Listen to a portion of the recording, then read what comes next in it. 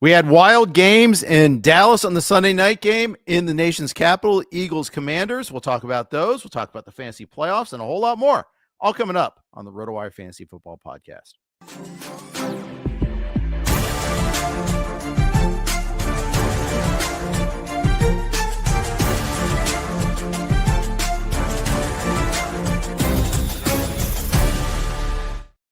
Hey, everybody. Welcome to RotoWire and the Fantasy Football Podcast. It is our Monday Reactions podcast. Jeff Erickson, Nick Whalen here. Nick, you've had a big run in the NFFC. It's fantasy playoffs time. Let's start off there. How are your playoffs going? It's been a mixed bag. It's been a mixed bag so far.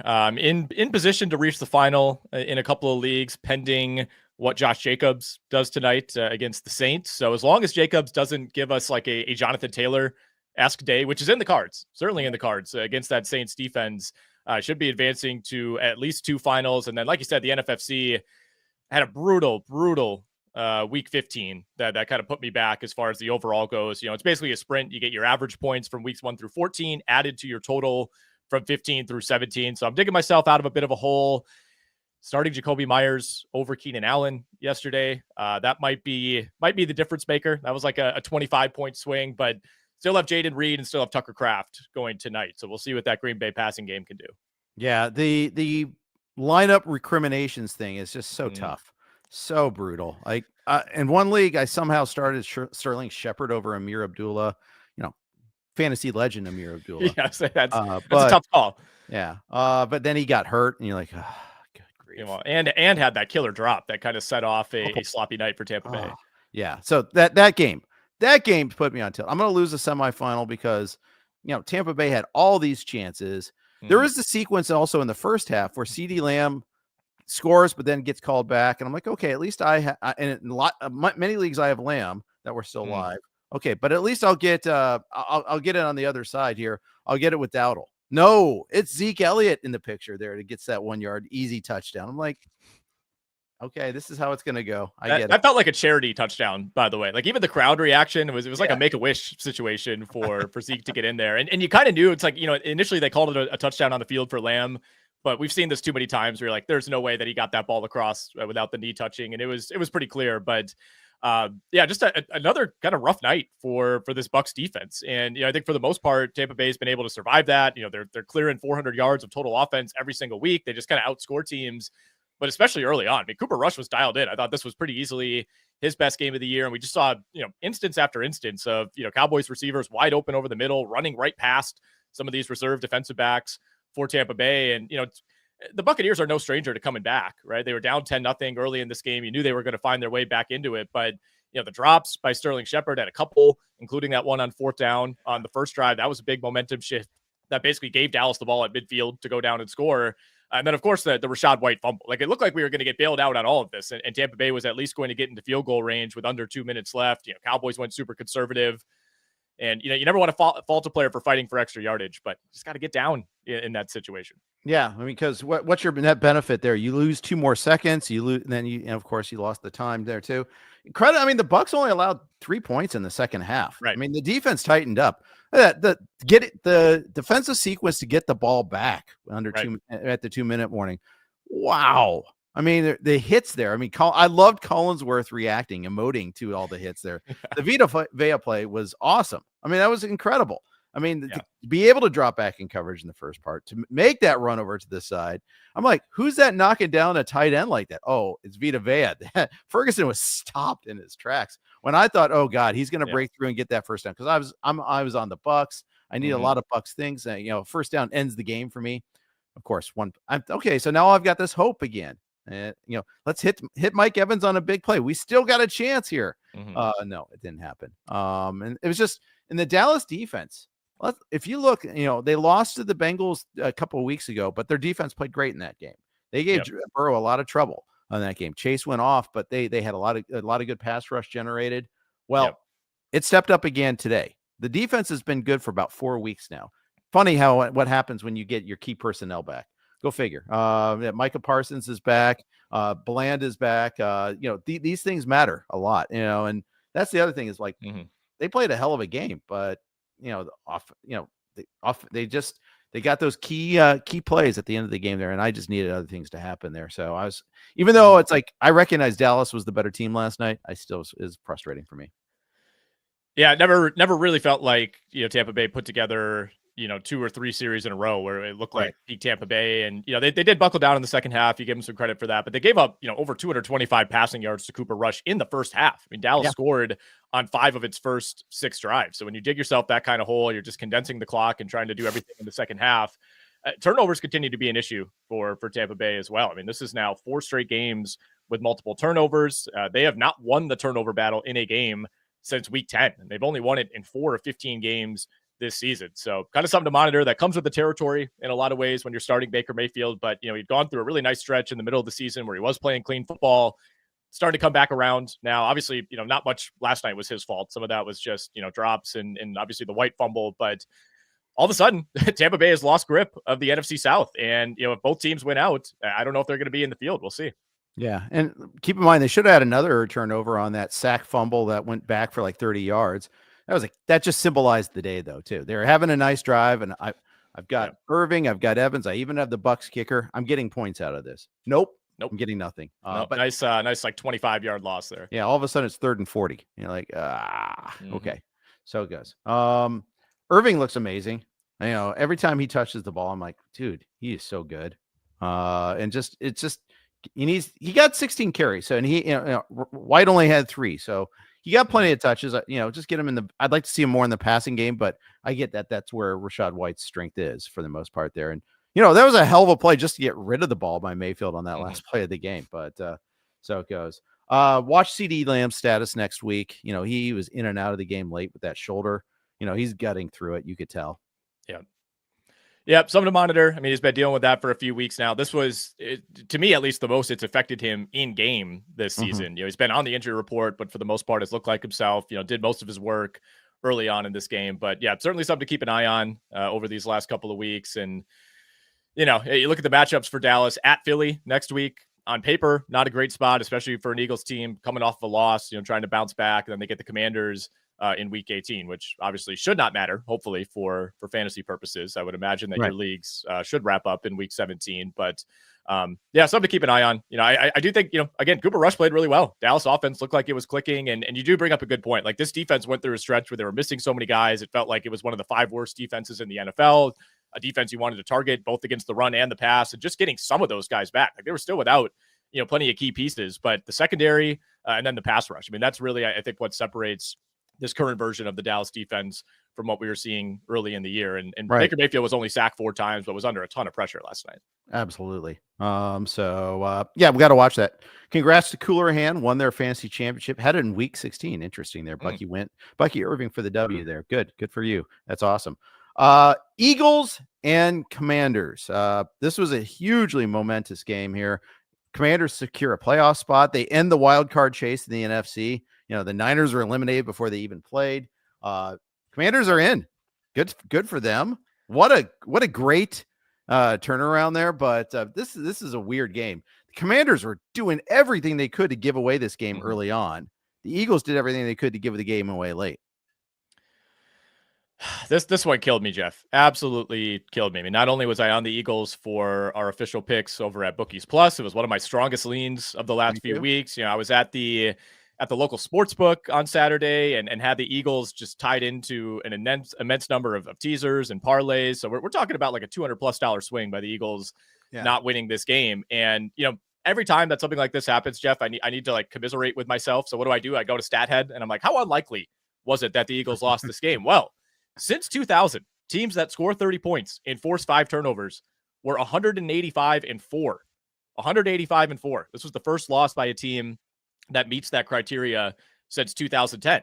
To go even deeper here, in the Super Bowl era, teams that score 30+ points, commit 1 or 0 turnovers, and the opponent commits at least 5 turnovers, those teams were 375-3. 375-3. And now I will say, caveat-wise, the Eagles did commit 2 turnovers, but one of those was on the final, crazy lateral play at the end. So I'm omitting that one. They really committed the one, and it was the pick by Kenny Pickett. The huge variable, of course, is that Jalen Hurts went out on the second drive of the game. So I don't really know how you account for that. The Eagles did most of their offensive scoring early in this one. They took advantage of the fumbles by Brian Robinson, had these short fields, but you could see a stark difference in the offense. Obviously, when you're going from Jalen Hurts to Kenny Pickett, like there were some comical, read options where it's like, Kenny Pickett keeping the ball is not an option here. And yet we're going to try to run it as if it is. And there's like 8 guys just sitting there waiting to tackle Saquon Barkley. But the Philly defense, I think, really let them down here, right? I mean, you had multiple 2-score leads, where Washington would score, Philly would answer, it's back to 14, and they just could not get the stops they needed. We saw the interception late in the game on the second to last possession for Washington. You felt like, all right, maybe that seals it up. That Devontae Smith drop, man. That is like one of the 3 worst drops I've ever seen, especially knowing what happened after that. I mean, that game was on ice if he makes that catch. And it was a perfect throw. It hit him right in the hands, bounced off his helmet. I don't understand how you make that drop in that situation. I mean, that was a killer. It lost him the game and it lost him the 1 seed. Yeah, because it's they've got like a 5% chance of getting the 1 seed. It's so slim now for them to do that there. Brutal drop. I mean, and it's once again, a team goes from having a 2-point lead to a 5-point lead. Okay, now you're insulated against a field goal. But guess what? You're also giving the team all the incentive to play for the win against you, which is exactly what happened. Well, and they, for one, even if you're kicking touchbacks, teams get the ball so far up now that all you need to do is hit like 2 passes and you're in range. You're at least getting a look. And Philly, maybe it's because Jake Elliott just can't kick that far, but they continued kicking it to Washington and giving them the ball in plus position, like every single possession, especially late in the games. Like Washington's basically starting at the 40-yard line because of these terrible kickoffs. The kick coverage was awful all day for Philly. So, and Washington didn't even really need to do all that much. And, Philly's going like super conservative, super prevent, just giving up these 8 to 10-yard plays. And it felt like in like 30 seconds, you snap your finger and all of a sudden it's 1st and 10 at the Philly 20-yard line. And you just kind of knew the way that Jaden Daniels was playing that they were going to finish that off. Zach Bond was the guy who committed the big error on the touchdown, just kind of let the receiver, Jamison Crowder, get behind him, didn't turn around in time. Hell of a throw, though, from Daniels. I've seen some angles now where you could see, I mean, he released it when Crowder is, not even out of his break. Just a great anticipatory throw, was right on the money. Daniels was excellent. Even the pick, it was kind of a reckless throw. He's rolling to his right, throws across the field, but it was tipped. Like, I thought he was incredible. We'll have to see on Jalen Hurts. He's dealing with a concussion. Would imagine, with a full week to return, there's a pretty good chance he'll be back out there. But my goodness, man, Kenny Pickett, not good. Totally forgot he's even on the Eagles. I mean, what a downgrade that was, especially when you play such a unique offense with Jalen Hurts. This isn't like Baltimore always had Tyler Huntley, and it's like, all right, we could do a reasonable facsimile of our offense with Tyler Huntley. He's not Lamar, but he can at least kind of run it. I mean, Pickett is just such a different player that you knew it was going to be dicey, even when he came in and threw that first touchdown to Brown to put him up 14. Yeah, you're like, okay, well, we're going to be all right. It's 14-0. They get the long run from Barkley after the horrible interception by Pickett. You're like, okay, this was terrible, but we're back up to a 21-7 lead. It was an amazing first quarter. The Eagles never do well in the first quarter, and they were amazing in the first quarter. Yeah. I mean, I know you had a lot of Barkley interest going on there. He didn't catch a pass. It was only targeted once. I don't understand that.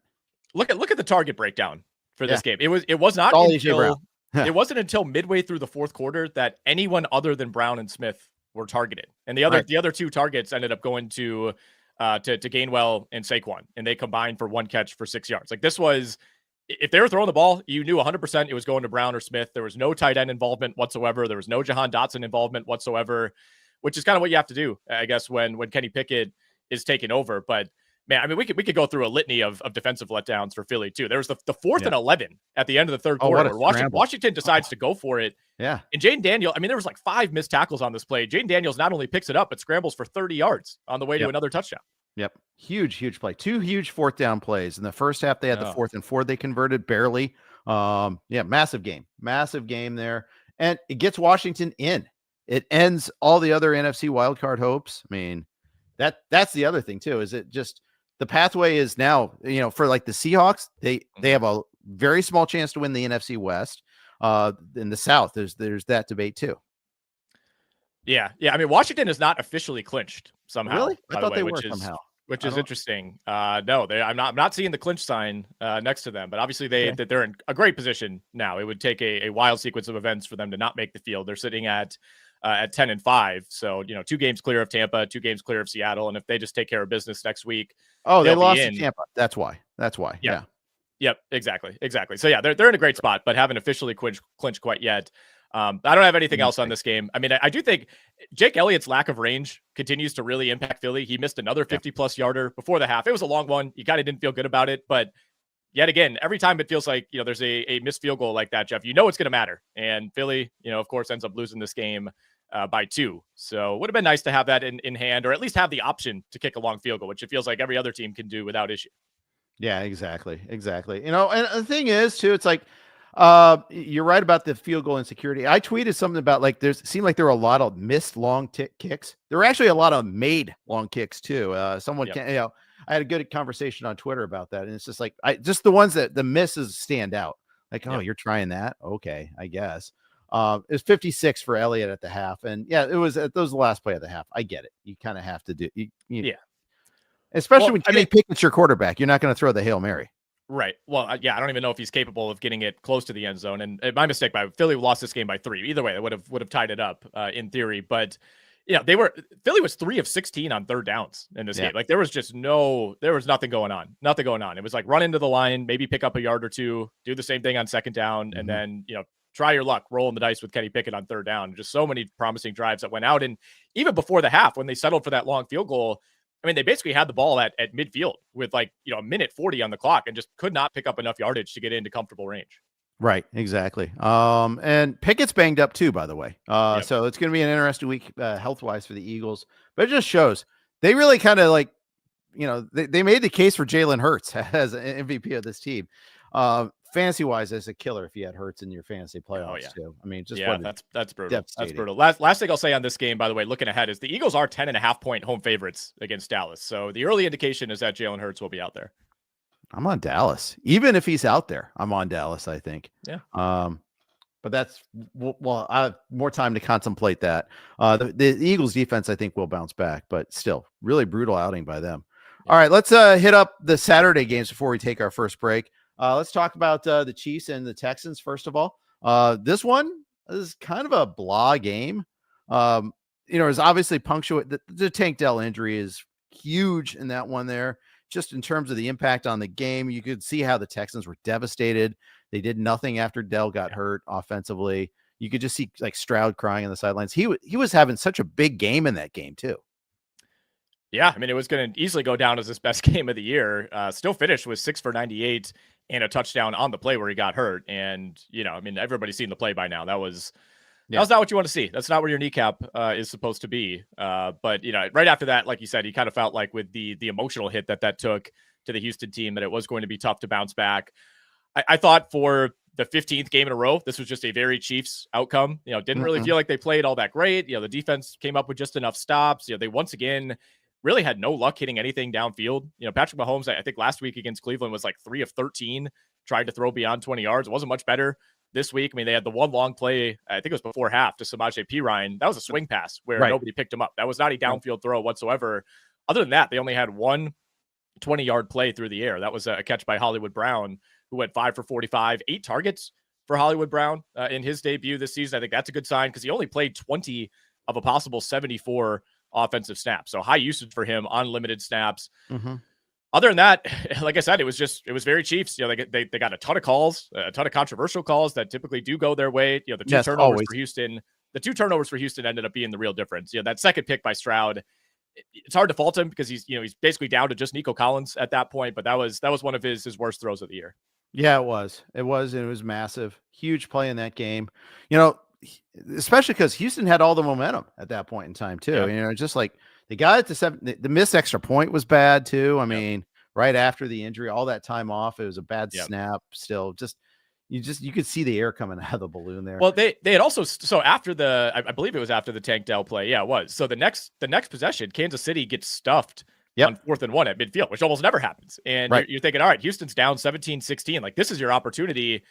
They go 3 and out and pick up 1 yard and end up punting. And of course, KC, goes down and scores and gets the 2-point, or excuse me, no, they didn't go 2-point there. It scores and goes up by 8 on the next possession. So I felt like, the Dell injury obviously was the big inflection point, but getting that stop and then not being able to convert on that field position was brutal. Yeah, I think that was the first 4th and 1 stop they had, or maybe even first 4th down stop they had this year. The Chiefs against the Chiefs.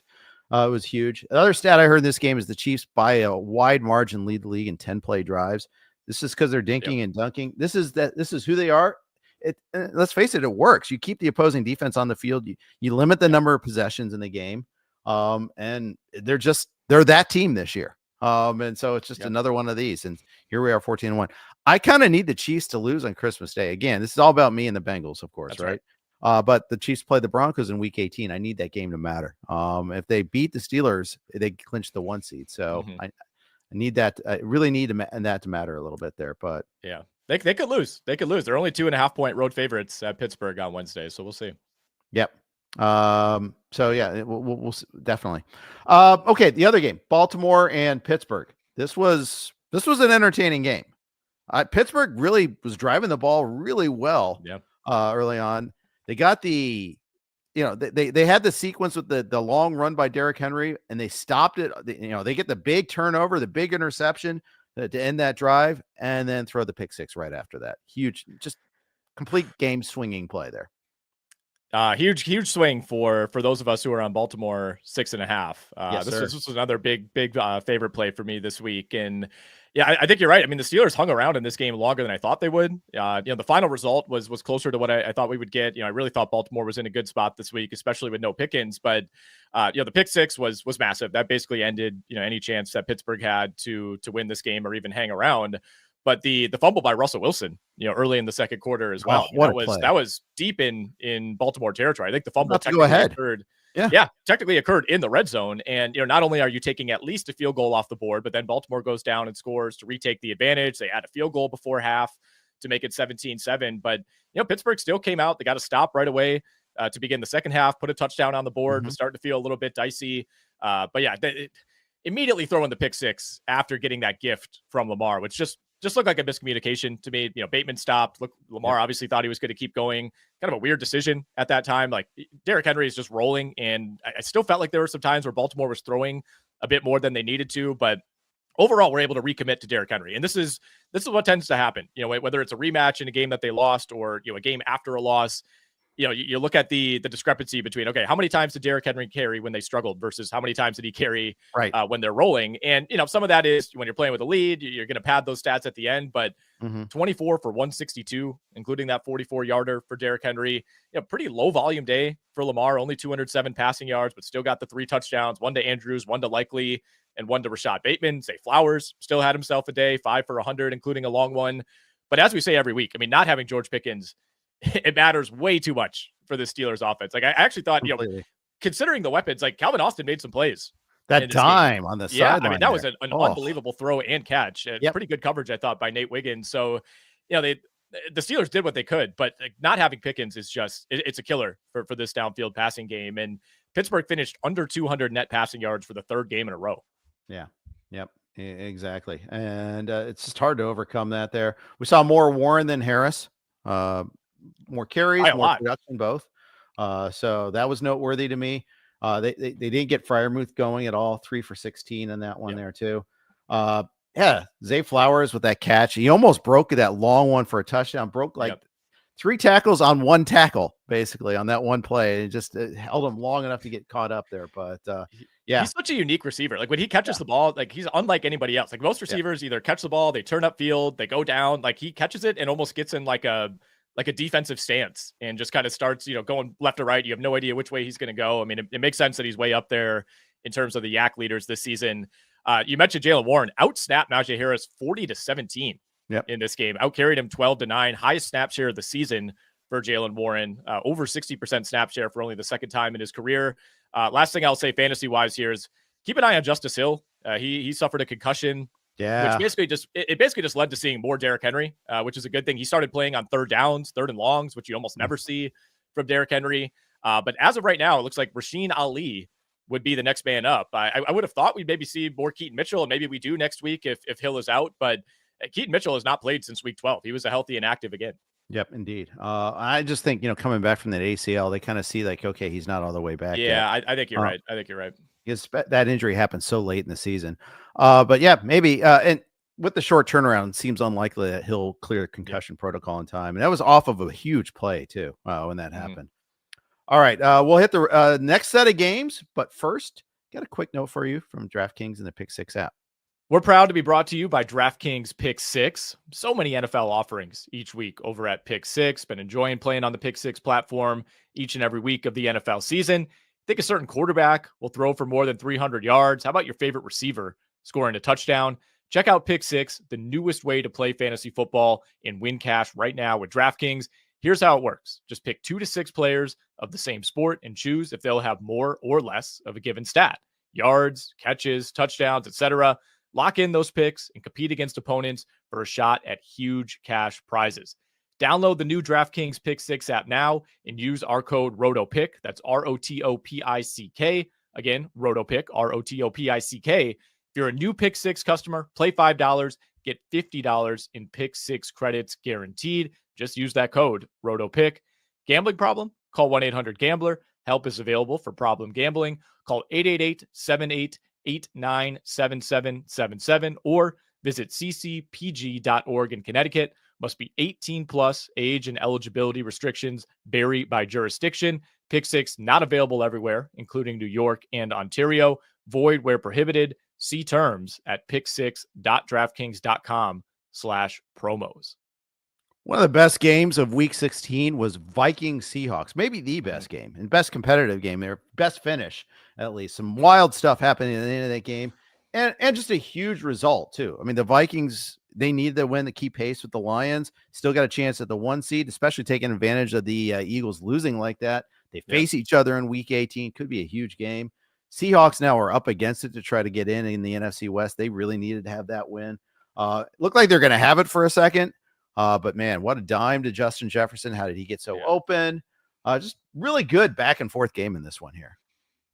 Really, really good game. And you had a sense that it would be this way, right? I mean, it's essentially a must win for Seattle, which is not eliminated, but now, is well out of range of controlling its own destiny. They need the Arizona Cardinals to take care of business against the Rams this week, which based on how the Cardinals looked, I don't know if that's going to happen. They're officially eliminated, but that would set up a Week 18 win and in game against the LA Rams. I did think for the most part, obviously Seattle looked better than they did in Week 15, where Green Bay came in and just, roughed them up early on. Never really felt like Seattle was back in the game. But this Minnesota team, man, I mean, I know it feels at times a little bit fluky. I mean, they're now 8-1 in one-score games this season. They've been outgained in 3 of their last 4, but I don't think it's fluky. I really don't. I think we're far enough into the season where I'm not expecting Sam Darnold to just go back to Jet Sam Darnold at some point. I mean, we're coming up on Week 17 for crying out loud. I saw a good stat this morning that Darnold now has 12 games this season with a passer rating north of 100, which is the most in franchise history. It's tied for the most in the NFL with Lamar Jackson. Like, there's a lot of really good quarterbacks who have like 5 or 6 games where they've been over 100 passer rating, and Darnold is doing it almost every single week. And I think when you look at how this game turned out, the 2 big things that stand out were the Geno Smith interceptions. You get at least one of those every week. That's it's kind of the roller coaster that you ride with Geno Smith. But the other thing that we get every week from Seattle is just an insane amount of penalties. 11 penalties in this game for 77 lost yards. Every single week, Seattle commits a ton of penalties. They're number 1 in the NFL in offensive penalty yards given up. And on the other side, Minnesota has been by far the biggest penalty beneficiary team in the NFL. They are plus 317 in net penalty yards on the season. No other team is more than plus 157. So, you could say some of that is luck or, biased officiating if you're a Seattle fan. I think a lot of it is having Justin Jefferson and Jordan Addison and, picking up PIs because nobody could guard those guys downfield. And, it's been nice for some of this to start translating to a huge fantasy finish for Jefferson, who tacked on another big game, 10 for 144 and the 2 touchdowns, including that game winner, like you mentioned, which was a money throw from Sam Darnold down the sideline. Absolutely. By the way, I wish we could find a way to get fantasy credit for our wide receivers inducing a PI. AJ Brown would have had himself a day, by the way, too. He drew so many PIs against Lattimore. Poor Lattimore. Yeah. But sometimes you made this great play. You created this condition. It's 40 yards gained, and yet it's just a play that never happened fantasy wise. But and they're unlikely to see the benefit of that, and then it's like a run the next play. Okay. But that, and I think Brian Flores dials up all these great blitz packages, so they get a lot of holds, a lot of false starts, a lot of that on the other side too. Yeah, no question about it. And again, with Seattle, I still think they're a really good team. They could finish with 10 wins. They could find their way into the playoffs. We'll see, but just too many mistakes, too many liabilities on that offensive line. And as fun as the Geno Smith story has been, these are the type of situations where I think you realize, okay, there's a limit to what we're getting out of Geno Smith. Even if you want to say that final interception was more on Metcalf, sure, but you can't make that mistake on the first play of the drive, right? It's like, all right, we got this opportunity. We're going to go down. We're going to win the game. We got under a minute left. Just immediate. Well, first of all, they false started on the first play of the drive, which is to my point here. And then, of course, you throw the pick right away. It's just, and before that, they had a missed field goal that would have tied it up. And Geno Smith just took a terrible sack on a 1st and 10 at the 37 that essentially knocked them out of field goal range. They ended up still trying it because they had to, but it was a 60-yarder, and it came up short. It's like, without that sack, you just get rid of that ball. It's a 54-yarder, and you probably make it. Yeah, so many things like that. They had the courageous 4th down conversion. Yep. And then all of a sudden it's 4th and 11 again. You're like, okay, great. Like an immediate 4th and 11. That was like the fastest series of all time. All of a sudden we're like right back into a hole. Both teams really struggled, by the way, on 3rd downs in this game. A combined 5 of 22. So we had a ton of drives. So you contrast that to like the Rams-Jets game that felt like all of a sudden we're in the middle of the 3rd quarter and the Rams had touched the ball twice. Like each team had 12 legitimate drives in this game. Yeah. Running game didn't work at all for Seattle. Kenneth Walker got hurt in this game too. Something to watch for there. But somehow Zach Charbonnet got 1 carry. Kenny McIntosh got more carries than Zach Charbonnet. And I know Charbonnet was dealing with the oblique. Maybe that has something to do with it. Charbonnet didn't touch the ball until the final minute of the 3rd quarter. I know. And you could say maybe it was the oblique, but there was no real indication that he was that limited. I thought, I saw some Seattle people tweeting about this too, that despite not really, they weren't trailing big at any point in this game. Like Seattle really got away from the run, and it's not like they were gashing Minnesota, but they never really ran it enough to even test it. Walker only carried 8 times before going out. McIntosh carried 3 times and 1 for Charbonnet, and they just went, it was pass. And I think you can't become predictable against this Vikings defense. Yeah. Massive schedule coming up for the Vikings. Vikings get the Packers and Lions to finish. The Seahawks get the Bears on Thursday night. The Bears and the Lions played an interesting game. We were like, okay, well, hey, maybe I actually used Caleb Williams in DFS, and he actually got me good passing yards. He actually had a decent enough day. Unfortunately, I used DJ Moore instead of Keenan Allen. So it kind of limited things, but this was kind of like Detroit reminded everybody, okay, we're still a great team, and you can't stop us. You still have that going there for us there. Yeah. Much as they tried to stop Jahmyr Gibbs on that 1 goal line sequence, he finally did eventually get that touchdown. But the Lions got off to a big start, 27 points in the first half, kind of put it in the cooler in the second half. Yeah, the start for the Bears in this game is really what buried them, because you look at the final score. If you were checking in on this game, you would just think Detroit is walking all over them, and it was kind of the case, but not really. Like I actually thought the Bears played a pretty solid game offensively. I believe it was their highest yards per play game of the season by a good margin. They're at 6.5 yards per play. I mean, for the Bears, that is extremely good. This is a team that has had multiple games like in the 3s when we're talking yards per play. But they started this game, they go 3 and out right away, give up a field goal, fumble on the next possession. That was I think it was Caleb Williams fumble there, or no, it was charged to Caleb Williams. That was they tried to run like a jet sweep, and it was just dropped. So that led, of course, to a touchdown for Detroit. Roma Dunze fumbles on the next possession, fighting for extra yardage. That led to a field goal, and then they go 4 and out and punt on their 4th possession, which led to the Jameson Williams long touchdown. So it was 20-0 with 13 minutes left in the second quarter. And the Bears have been this team that's able to rally back. They've had a lot of good second halves, even during this losing streak. But you can't go down 20-0 to the Detroit Lions. I don't care how many guys they're missing on defense. That's not going to go well for you. Right. But overall, I thought Caleb did play pretty well. Didn't take very many sacks, wasn't sacked until midway through the 4th quarter. Keenan Allen obviously had a huge day. I thought the touchdown to Keenan Allen to make it 27-14 before half, that was one of his best throws of the season. Great route by Keenan Allen, just ran right by Terry and Arnold, and a really good throw by Caleb. So you continue to see progress, at least in that side of things. And saw a good stat on Caleb that his interceptionless attempt streak, is now up to 326. Wow. Which is over 100 attempts longer than the previous longest rookie streak in NFL history, and over 100 attempts longer than the previous longest Bears streak in franchise history. So there's plenty to criticize with Caleb, but he is at least taking care of the ball. Yeah, he's got that going for him. It's one of those where Williams played pretty well in the Bears loss. Oh, in a way, it's kind of a good thing. They keep on going higher on the draft board there a little bit, but that it's damning with the faintest of praise. Yeah. Yeah. On other fantasy notes here, I mean, not a whole lot to say. There was a very cool play that if you're listening to this, you've probably seen the breakdown already, where the Lions basically ran a fake fumble where they were trying to simulate Jared Goff, like kind of dropping the ball. And, he goes to the ground, Gibbs goes to the ground, and then all of a sudden he's rolling out and there's Sam Laporta wide open. Yeah. And after the game, Laporta said that they they basically cribbed that play from an unintentional fumble by the Packers last year. And this play was going around Twitter where you can see it's basically the exact same thing. Love kind of loses the handle on it. By the time he picks it up, there's Luke Musgrave wide open because the defense is charging in to go and pick up this fumble. So they saw that on tape last year, turned that into a play. Kind of weird that you would burn that when you're up multiple scores against the Chicago Bears, but maybe it's just one more thing now that future opponents have to worry about. Yeah. And then the other thing I would say for Detroit is we didn't see as much Craig Reynolds as I expected. Even with the lead, it was pretty much all Jahmyr Gibbs. 20 touches in the first half alone for Gibbs. He played 30 of the Lions' first 34 offensive plays. Got all 3 of those goal line carries that you mentioned. And Detroit, really didn't do a whole lot in the second half. They only ran 22 plays in the second half that meant anything. Still finished at 7.3 yards per play. But again, if you're Chicago, you can't start 3 and out, fumble, 4 and out against Detroit. That's going to be trouble. Yeah, they're going up against this brutal defense for the Lions, brutal injuries at least. Yep. They couldn't run the ball at all. 17 for 59. Swift was 9 for 20.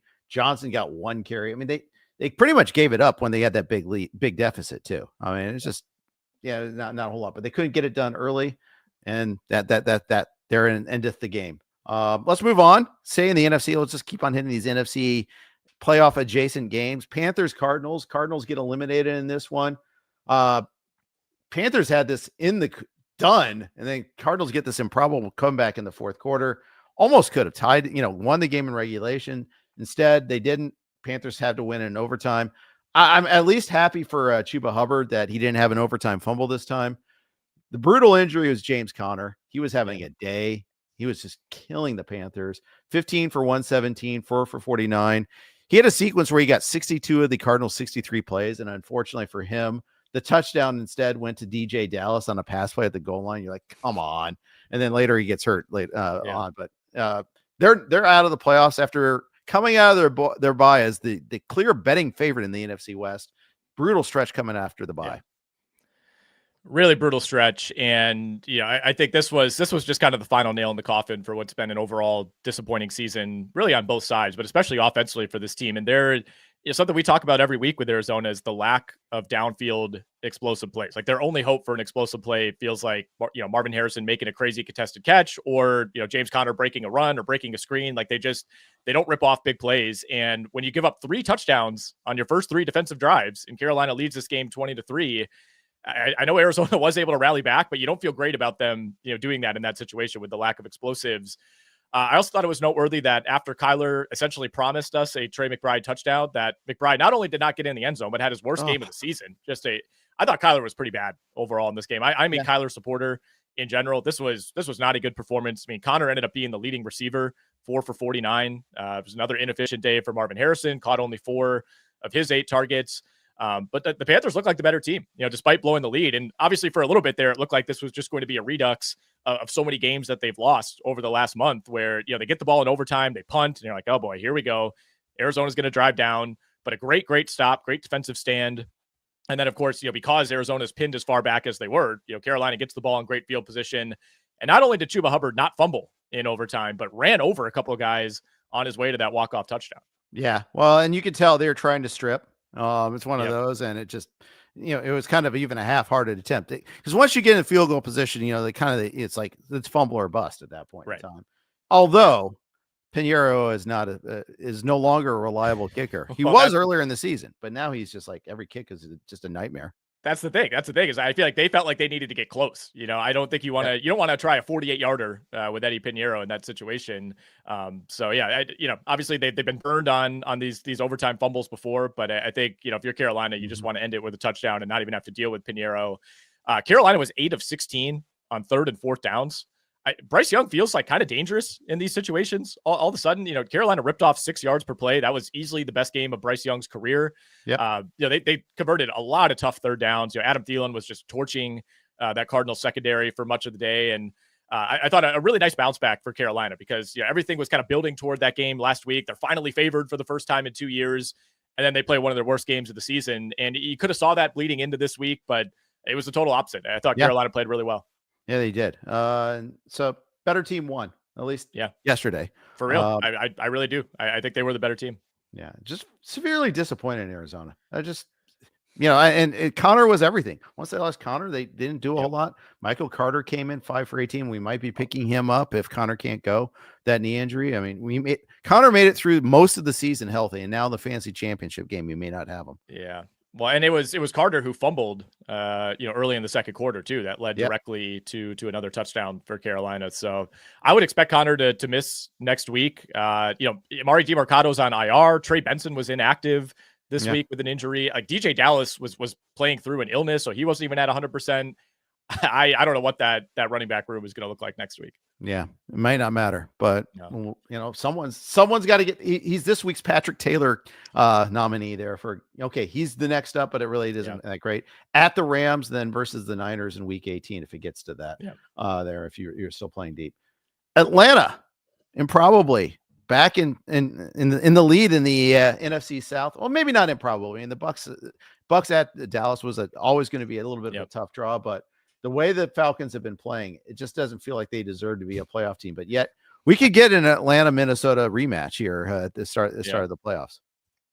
Yeah, I had to double check. Like I knew the implications, going into last night, and I still had to look on ESPN and be like, wait, the Falcons are okay. They're officially back in first in the NFC South. Like this doesn't seem like it should be the case, and yet it is. And they go to Washington this week, and again, that's a Washington team that still needs to win and get in. So I don't think they're going to lay down.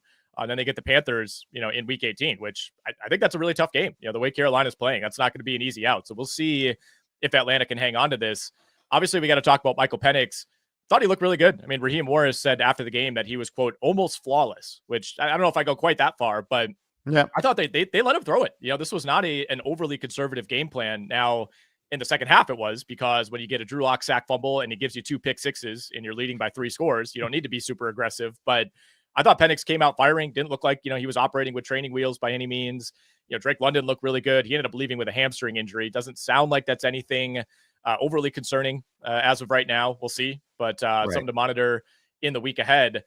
They only gave up the one long touchdown drive to the Giants, which was just kind of a lot of nickel and diming their way down the field. Really nice catch by Tyrone Tracy in the back of the end zone to cap that off. But that was really it for the Giants offensively.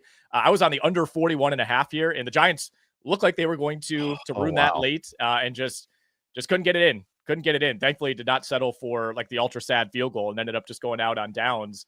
But the Falcons, this game started off a little bit dicey. The Falcons put together a pretty decent first drive. They miss a 43-yard field goal, Riley Patterson, ex-Jaguar, and then punted on the second drive. So this wasn't just like hitting the gas and they ran away with this. It was really the defense, I thought, that controlled the game. Yeah, 330 yards of offense, nothing special. Penix didn't get sacked once. That was nice. Against the Giants team that usually gets to the quarterback. So although they're missing some people, obviously. But nonetheless, it was fine. You and I were texting about the Kyle Pitts drop interception. Oh, just so bad. How did he become such a bad football player? I don't know, man. I don't know. Even the snap count was down for him. He's now played less than 50% of snaps in 3 of the last 4 games. We saw, a bit more of their reserve tight ends this week, as we should. And if you haven't seen the play, it shows up as an interception for Michael Penix. It was a great throw right in the breadbasket for Pitts. He fumbled it, or kind of juggled it, I should say, like into the end zone. It traveled a good like 3 or 4 yards in the air, right into the arms of a Giants defender. So, that very easily could have been a touchdown drive for Atlanta. And, I think this would have been even a little bit uglier. That was right before the half. So that, took at least 3 points off the board. But Atlanta was still up 17-7 at that point. And of course, on the second play of the second half is when we saw the Matt Judon pick 6, which I still don't even understand what happened. Like the camera was like looking one direction. All of a sudden, Matt Judon's got the ball walking into the end zone. Some odd replays this weekend. A couple of them there. The fourth down conversion by the Seahawks, they had like this sky cam showing the replay there. It was odd. Yeah. Also. Yeah. So some weird sequences here. All in all, Michael Penix is not super mobile. He's more mobile than Kirk Cousins. My lamppost is more mobile than Kirk Cousins right now, but it's not like you're getting rushing yards out of Penix. Just to realize that 4 carries, scrambles for 3 yards. So nothing really big there. I don't have a whole lot else to say about that. And that's probably just as well. Giants are the clear number 1 in the draft order right now. 2 wins, only team with 2 wins now. that they could thank the Las Vegas Raiders for giving them that cushion. They are, I think I saw 8.5-point dogs at home against the Colts this week, and then at Philly in week 18. We'll see if that's meaningful for the Eagles, but either way, if you're the Giants, you have no interest in winning either of those games. Exactly.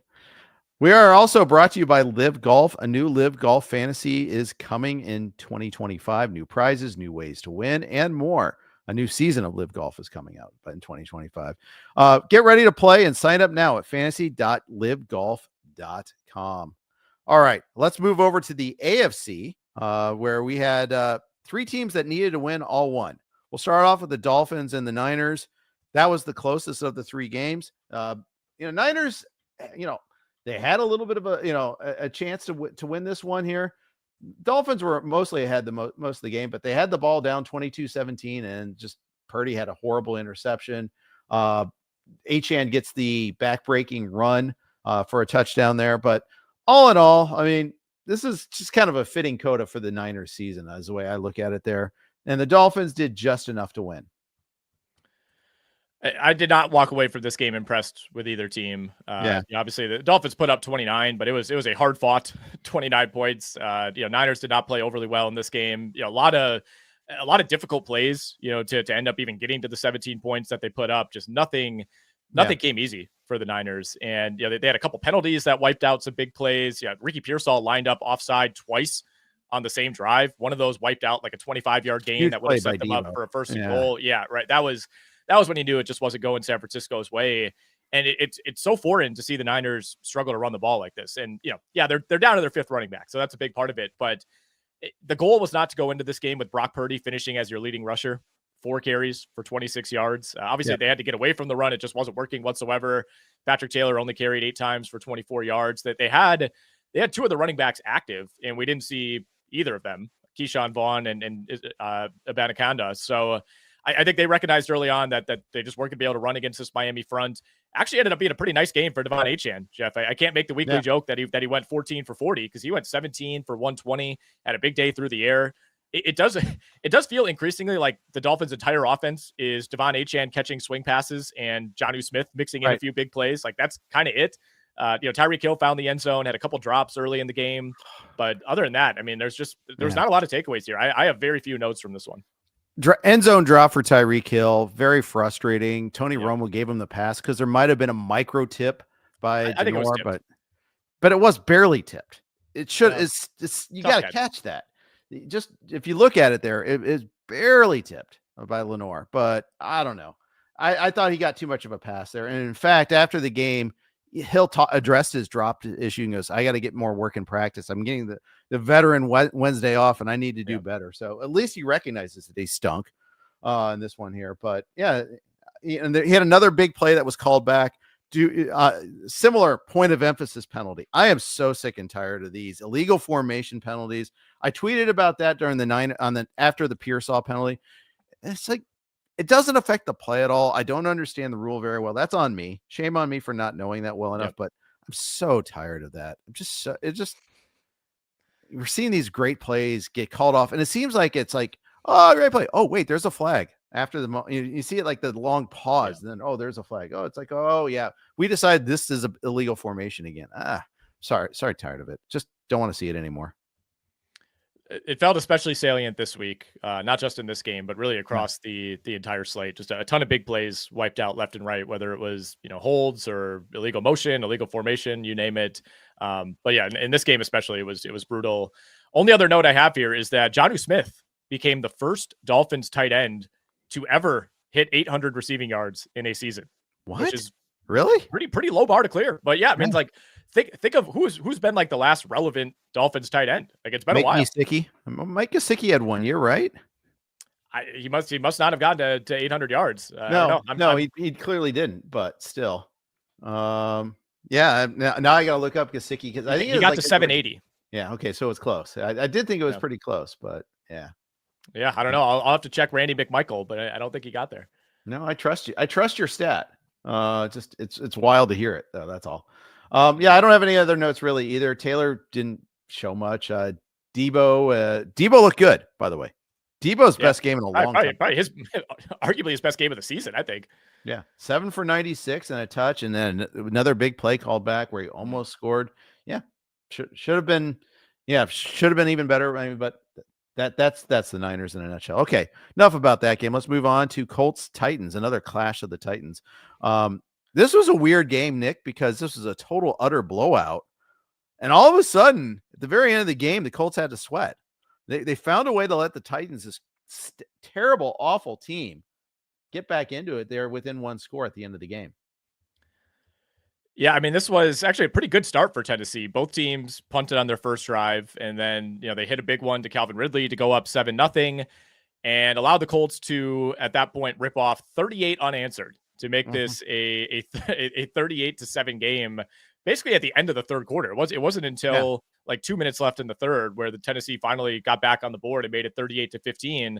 But the Titans scored touchdowns on 3 consecutive possessions. They picked up a 2-point in there as well to make it a 1-score game. Were able to get a late stop, but it came too late. The Colts converted a couple of big third downs on that final drive to avoid giving Tennessee any time, and they got it back with like 5 seconds left at the 11-yard line and had no hope at that point. Mason Rudolph, of course, threw a pick on the final play of the game just to add a little bit of emphasis. But this was a huge Jonathan Taylor spot. I mean, 65 and 70-yard touchdowns. For a while there, it started to think like, is he looking at the all-time record? Because both of those came early enough in the game, and he did carry plenty, but Tennessee was able to buckle down at least a little bit defensively, held him to 218 yards and 3 touchdowns on the day. Jonathan Taylor, I mean, it was a nice bounce back, right? We saw him securing the football, maybe overly so, as he found the end zone on that first one, but just completely dominated this Tennessee team. And if you want to give some credit to the Titans for rallying back, sure. But it never really felt like until that final drive they were anywhere close. I think the Titans might be the saddest team in the NFL right now. There are some other candidates, my team included, down in Jacksonville, but my goodness, man. I mean, there's no difference between Rudolph and Levis. They have combined for 20 touchdowns and 20 picks. They have the exact same passer rating on the season. Yeah. Yeah. It's the Spider-Man meme, but it's bad Spider-Man.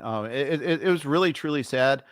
Tony Pollard, had fewer carries than Spears. Spears got both touchdowns. Just another crowd surfing touchdown again for Spears, by the way, too. 2 weeks in a row for that. But yeah, they are a super sad franchise there. They spent all this money on veterans, but mediocre veterans in the offseason. And again, this is the same thing you said all the way back when we were doing team previews. What is this team? Well, we found out they're really bad. And it's really tough to kind of watch that there. Jonathan Taylor's third, he had the 2 super long ones, which never happened against Tennessee, never. And yet they were getting gashed. But the third one, the short one, Richardson should have had that rushing touchdown there. And instead, Taylor got the easy one after a long review. Not a great day for Anthony Richardson, but they also didn't need him to have a great day. He only threw 11 passes. Right.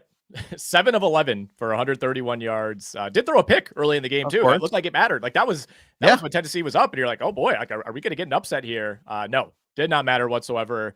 Last thing I'll say here is that Jonathan Taylor had 2 touchdown runs that went for longer than the Titans had total rushing yards on the day. Mm-hmm. I mean, that is brutal. And obviously when you're down, 38-7, you're not going to be running the ball a ton, but they got holes everywhere. I think the only redeeming quality for the Titans is they have provided us with a ton of garbage time stats, whether it's Ridley or Nick Westbrook-Akine or, most recently Tajay Spears and Chig Okonkwo. I mean, Chig went 9 for 81 on 11 targets, highest snap share of the season. And like almost all of that came in the second half. Yeah, exactly. It was 38-7 for crying out loud. It's just crazy how that game spun out of control. Those 2 early picks by Rudolph, and then the last play of the game, obviously, too, there. All right, let's move on to Bengals-Browns. This was a weird game. I obviously watched every snap of this one there, so you didn't have to. Bengals should have scored a lot. This is a super weird thing. They should have scored more. They should have given up more at certain points. Oh yeah, it was such a bizarro game. It really felt like Cleveland scored more than 6 points. They had a couple touchdowns called back due to penalties. Dorian Thompson-Robinson can't protect the ball at all. The Bengals, and he can't evade a pass rush either. He got sacked 5 times. The Bengals don't get 5 sacks against anybody. It was super weird. The Burrow had a horrible red zone turnover, though, a red zone fumble. And yet still threw for 252. I applaud them for giving us the garbage time touchdown to Chase on the free play. They didn't need to do that. They're at 17-6, but that finished the game there. Yeah, as somebody going up against Chase in a couple leagues, I didn't love that. At that point, all you got to do is run clock, right? But it was a free play, and Chase was wide open, and it worked out. So might as well pad those numbers while you can. I actually did watch this entire game because I was on the under 47.5, which of course ended up hitting comfortably. But like you said, it looked to be a horrible start for the under because Jerome Ford goes 66 yards on the first play from scrimmage. Like all of a sudden, Cleveland's like in the red zone. They're knocking on the door. And Deontay Foreman fumbles at the goal line, which is best case scenario when you're on the under. Not only are you taking points off the board, but obviously Cincinnati's starting deep in their own territory. You're burning more clock. Like you said, Joe Burrow fumbled at the 1 yard line on just kind of a sloppy play where he's stumbling backwards and ends up losing the ball. So that's like 14 points that were taken off the board. And Cleveland, in very Cleveland fashion, had a touchdown on the board in the second half.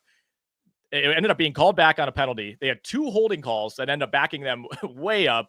And then they don't even get a field goal. Dorian Thompson-Robinson throws a pick in the end zone. So to back up your point, there's a case to be made here that at least 17 and maybe 21 points were taken off the board with those red zone turnovers. So ended up being a comfortable hit on the under, but certainly felt like both teams should have scored at least 1 or 2 more touchdowns. Yeah, Dustin Hopkins parachuting into the podcast saying, I did my part. I missed an extra point. Yeah, I love that. And missed a field goal. That was obligatory kick missed. Yep. Well, Cade York missed one as well. That was big.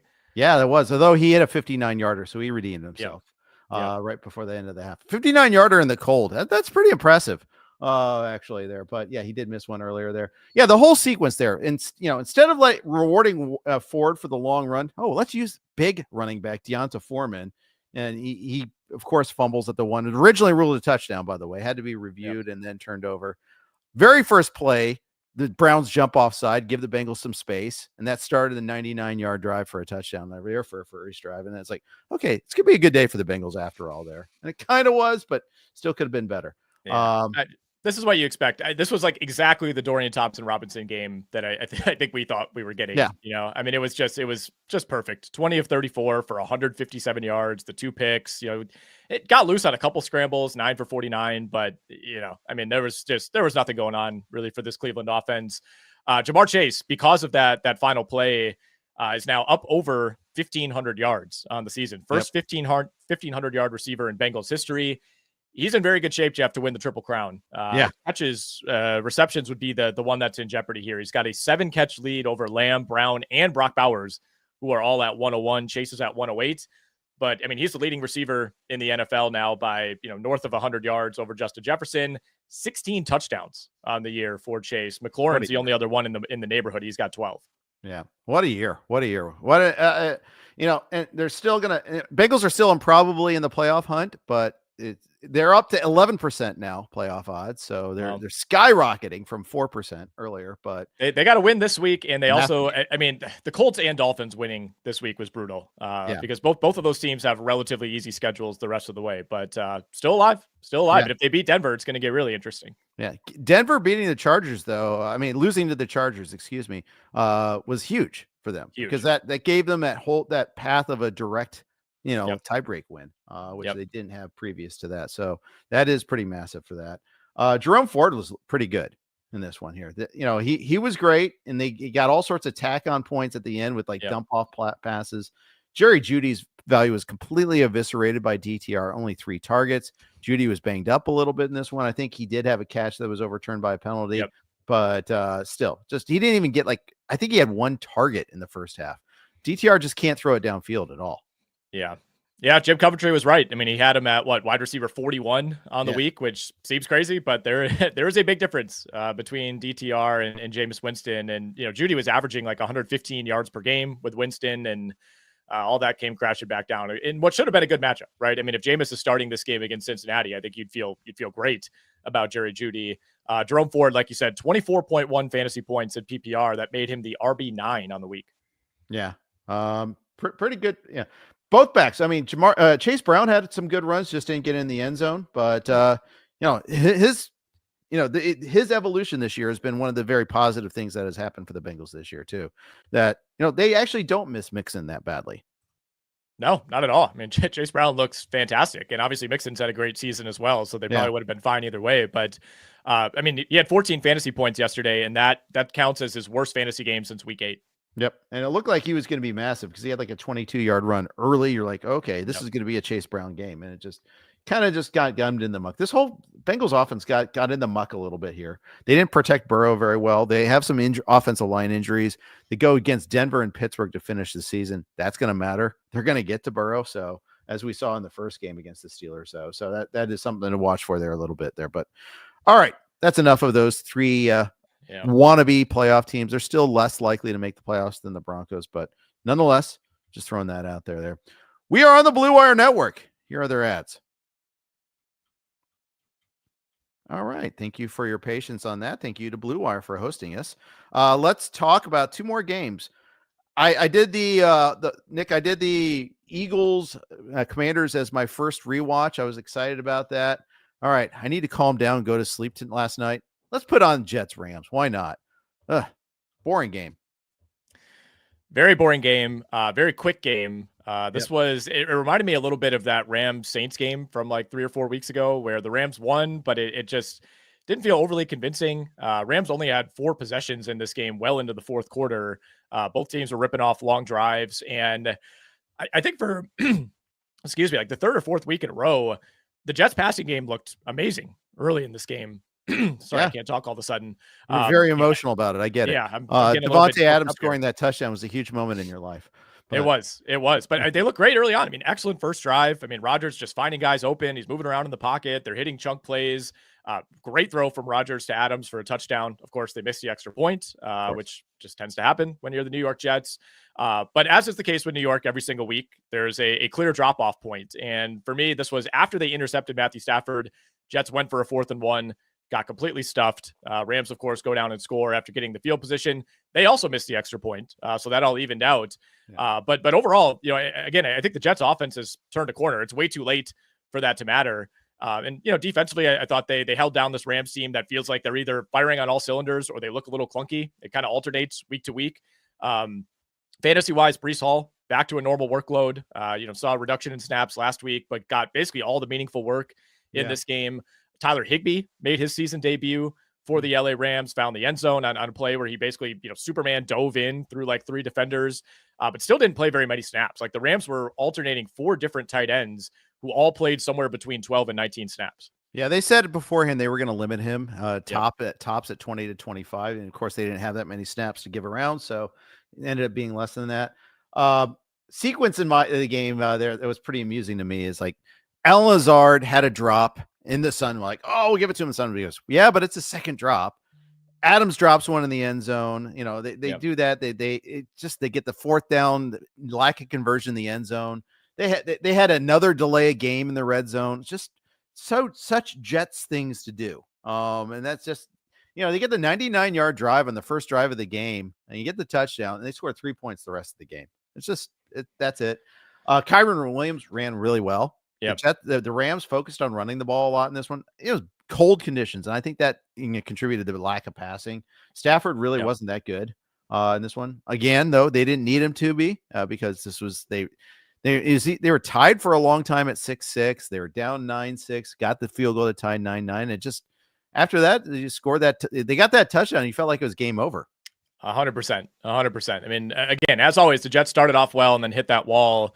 After the opening drive touchdown, they went out on downs, field goal, out on downs, fumble. That was a sack fumble by Rodgers, out on downs again, and then a missed field goal by Carlson, which was just like, it was the classic, like, make a 2-score game, a 1-score game. Just got to have it. You're probably kicking the onside after that.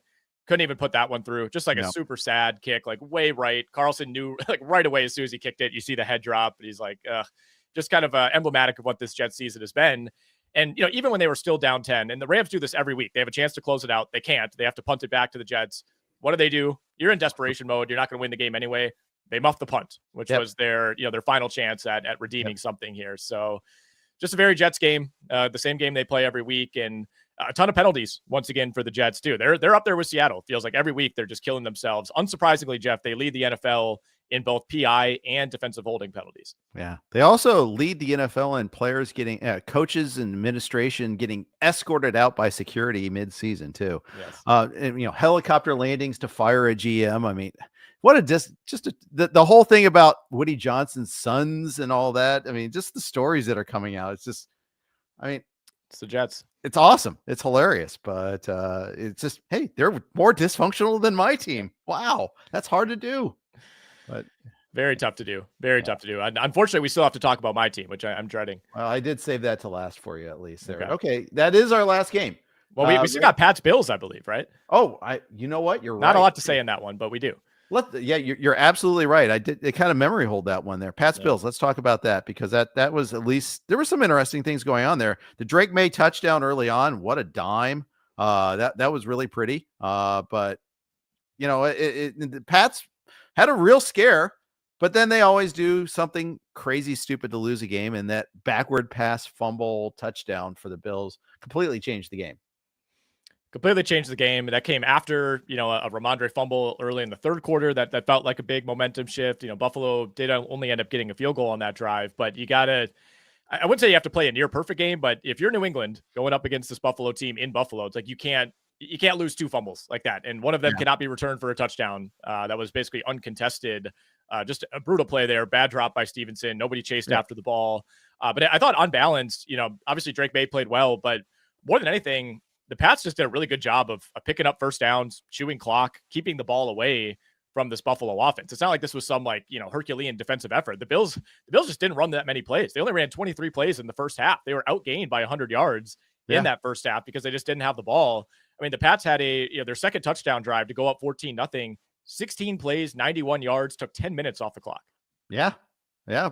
Really, really nice drive. And you know, the thing is, you know, you don't want to take 10 minutes off the clock when you're trailing, but so it goes. But yeah, the Bills, I mean, Josh Allen got banged up. He didn't have feeling in his hand at one point in time. I mean, that's super scary. This was just, but you know what? This is like the Eagles-Panthers game, though. Classic letdown game after a couple of high-profile games where they're a big favorite. They did just enough to win. You'll feel like there'll be what's wrong with the Bills.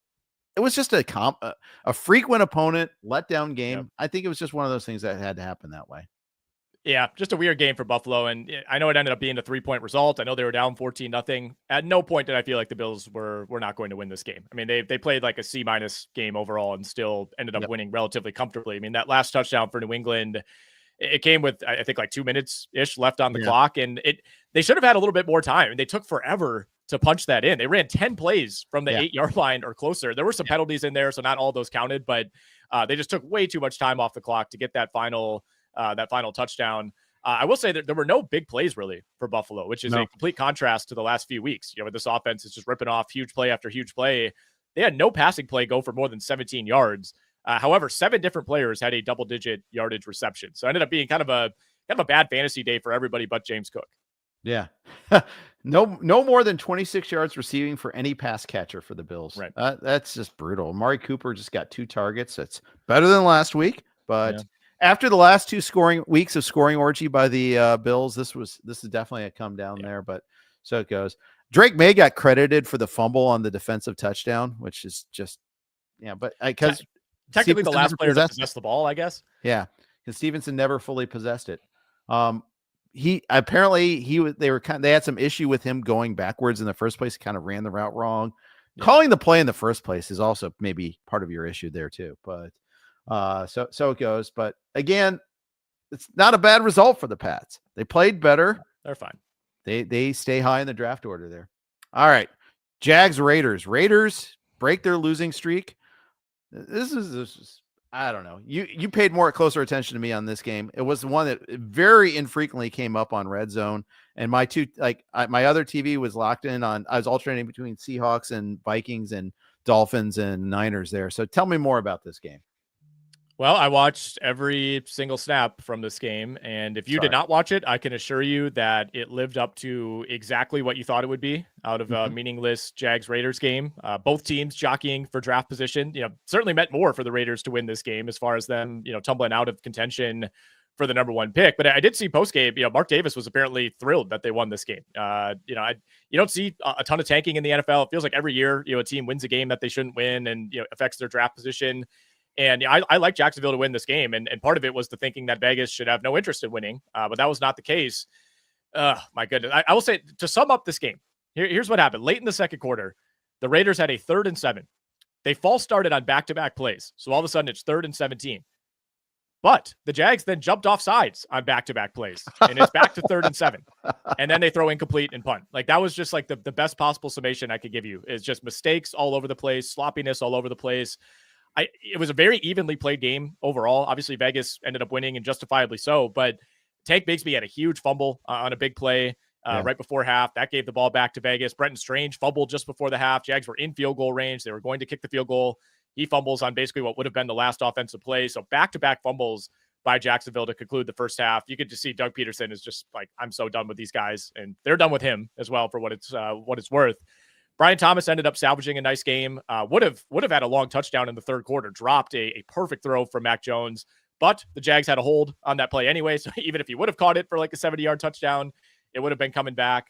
But all things considered, I mean, Brian Thomas is like the one bright spot you could take from this Jacksonville season. I mean, he's having far and away the best rookie wide receiver season in franchise history. Like, Justin Blackmon owns almost all of the rookie wide receiver records for this team, which says a lot. And, with 2 games to play, Thomas is going to blow all those out of the water. Yeah. Awesome play. I was on the Jags +1 in staff picks, and I was like, I'm going to get a miracle cover because of this long, let's not cover Brian Thomas Jr. play. Which couldn't have been more open on that play, but still. And then they found a way to lose still, nonetheless. Well, Jacksonville had a chance to go down and win this game, or at least, try to put something on the board. When it's the Jags, everything is on the table. They ended up losing 19-14. Could have seen them just kicking the field goal, to cut it to 2, and just make this look a little bit better. But they had a big 4th and 1 where they converted, had a nice run. I think it was ETN, and you're thinking, all right, this drive's going somewhere. Hold, brings it back, 4th and 11, and Mac Jones just checks it down on 4th and 11. No chance to convert that first down whatsoever. Last thing I'll say here, I don't want to spend too much time. Well, one, Brock Bowers passed Kyle Pitts on the rookie tight end yardage list, so he'll probably pass Mike Ditka for number 1 this coming week. And Raiders fans definitely did not want to win this game. I'll say that. I saw a lot of this on Twitter. A Raiders writer called this, quote, a devastating day for Raiders Nation. Well, here's the thing. They got aced out of the quarterbacks in the draft this past year, right? Yep. The fact that the Atlanta took Penix, that Minnesota traded up. I mean, that they got kind of positioned out of drafting a real quarterback. I'm sure they're deathly scared of getting locked out. I don't think the quarterbacks are that great this year, but still they got to take one. They're kind of in a weird spot because it is not quite as bad as the Pickett year. I don't think it is. At the same time, like Sanders, I think their heart's set on Sanders, and maybe, or Cam Ward. I don't know. I don't know if these quarterbacks are worth getting all that verklempt about, though. I don't know if that matters for the Raiders, given their draft history. And, ironically now it's like the Raiders are maybe positioned to have to trade with Jacksonville to get into the top 3, or maybe trade with New England, who currently would occupy the number 2 pick. But again, I mean, it seems like internally the Raiders were not thinking about that. And, players, coaches, you're not going to lose a game intentionally to bring in somebody to take your job. So I totally get it from that perspective. But I don't know if they were that set on it. They certainly didn't play like it, or at least Jacksonville didn't play well enough to prevent the Raiders from winning this game. Both of these teams, by the way, have brutal matchups in week 17. Raiders go on the road to the Spencer Rattler Saints, and we get a nice rematch of Titans-Jags in Jacksonville. Woo, some ratings set afire there. Might be at the back end of the podcast next week. Just a spoiler alert. We might have to just skip it altogether, man. Those are 2 impossible games to handicap. Yes, indeed. All right. Anything else from this week? Not a whole lot. I already kind of complained about the Eagles. That was the big one that crushed me. But I will say, I've been tracking this very closely, Jeff. We're through 16 weeks, still no shutouts in the NFL. Maybe we get one tonight in Packers Saints, but we have never gone this deep into a season without a shutout. There's never been an NFL season without a shutout, and we're approaching history. Especially in a year where offense was really down early on. I know. It's kind of noteworthy that's happened that way. All right. Yeah, I agree. We've had our opportunities. Browns Bengals look like maybe a chance for that, but still no shutouts. Almost through 16 weeks. Dare to dream the impossible dream. So there we go. But 2 more weeks left. There's going to be some bad teams playing still, so we'll see. Oh, yeah. All right, that's going to wrap up today's pod. Thanks everybody for tuning in. Good luck in your if you've got Saints or Packers tonight. Luke Musgrave is back, by the way. I just saw that note. But hey, good luck in your finals next week if you're still rolling. Thanks for listening to us.